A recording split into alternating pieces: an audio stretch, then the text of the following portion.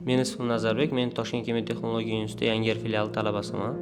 Hozirda bu yerda sun'iy intellekt yo'nalishining 2-bosqichida tahsil olyapman. Maktabni bitirayotgan paytimda ko'pchilik kabi men ham kelajakda qaysi kasbni tanlash haqida ko'p o'ylaganman. Shunda bir narsani tushundim, dunyoda hamma narsa raqamlashtirilmoqda. Men esa shu texnologiyalar shunchaki ishlatadigan emas, ularni yaratadigan inson bo'lishni xohlardim. Shu sababli Toshkent kimyo texnologiya instituti Yangi filiali sun'iy intellekt yo'nalishini tanladim. Hozir biz dasturlashni o'rganamiz, ma'lumotlar bilan ishlaymiz, aqlli tizimni yaratish sirlarini o'rganyapmiz.